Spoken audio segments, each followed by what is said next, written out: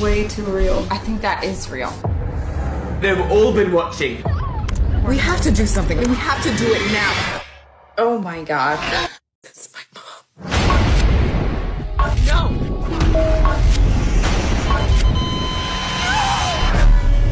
You saw what he did to those people! Can't they find the rest of us too? You don't understand what you have gotten yourself into. Do not click the link. Do not click the link. Get out of there right now! AJ, get out! AJ! Good day everyone! Ngayon ay magre-review tayo ng film at ito ay ang Friend the Dark Web, directed by Stephen Susco. Ang mga characters dito ay kinanapan ni Colleen Woodell as Matias O'Brien, Stephanie Nogueras as Amaya, Bretty Gabriel as Larry, Rebecca Rittenhouse as Serena Lange, Andrew Liz as Damon, and Connor Del Rio as AJ. Ang Unfriend the Dark Web ay isang chilling horror thriller na nag-explore sa hidden danger sa internet. Ang kwento ay umiikot kay Matias na nakakuha ng laptop at inuwi sa kanilang bahay. Pagbukas niya ng laptop ay nakita niya na naglalaman ito ng mga disturbing files na nakalink sa dark web. Nang magtipon si Matias at kanyang mga kaibigan para sa online game night, na-realize nila na meron sa kanilang nanonood at may nang mamanipulate at ito ay yung original owner ng laptop na involved sa mga illegal activities. As they uncover more about the dark web, they face terrifying threats and deadly consequences. May mga trends din na nagamit sa film tulad ng kung paano mag-provide ng anonymity sa mga users sa pamamagitan ng tools katulad ng Tor browser na nag-aalaw sa user na gumawa ng mga illegal activities na hindi natatrace. Nagamit din ng mga characters ang mga online tools para manatiling ligtas.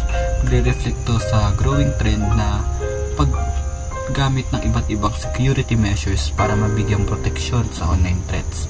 Ang film na ito ay nag-highlight ng mga internet threats katulad ng pag-demonstrate ng film kung gaano kadali sa hacker na makakontrol ng device at manguha ng personal information. Nang matuklasan ni Matias na yung laptop na nakuha niya ay ginagamit sa mga illegal activities at yung original owner ay meron remote na access dito, nagpapahiwatig ito ng serious threat kay Matias at sa kanyang mga kaibigan. Mga characters din dito ay constantly na namomonitor ng antagonist na nagpapakita ng danger na being watched without you knowing it. Hina-highlight dito yung risk ng surveillance through compromised device. Yung film din ay in-involve ang dark web na part ng internet kung saan ginagawa ang mga illegal activities such as human trafficking and illegal trades. Pinapahiwatig din ng film yung mga hidden dangers sa deep web at kung paano naging hub ng mga criminal activities. Ano nga ba ang mga lesson na makukuha natin sa movie na ito? Una na dito ay yung maging cautious tayo sa mga unknown devices. Nagsimula yung trouble kay Matias simula nung nakuha niya yung laptop na hindi sa kanya. Ang lesson dito ay huwag tayong gumalaw ng device na hindi natin alam kung sino ang nagmamayari. Dahil baka lang tayo mapahamak dahil katulad nga nung nangyari sa kanila. Isa rin sa highlight ng film ay ang mga online threats such as hacking, stalking, and doxing na nagbibigay ng paalala na lagi maging informed sa mga ganitong risk at take measures para maprotektahan mong sarili mo. At ang huling lesson ay ang think before you act.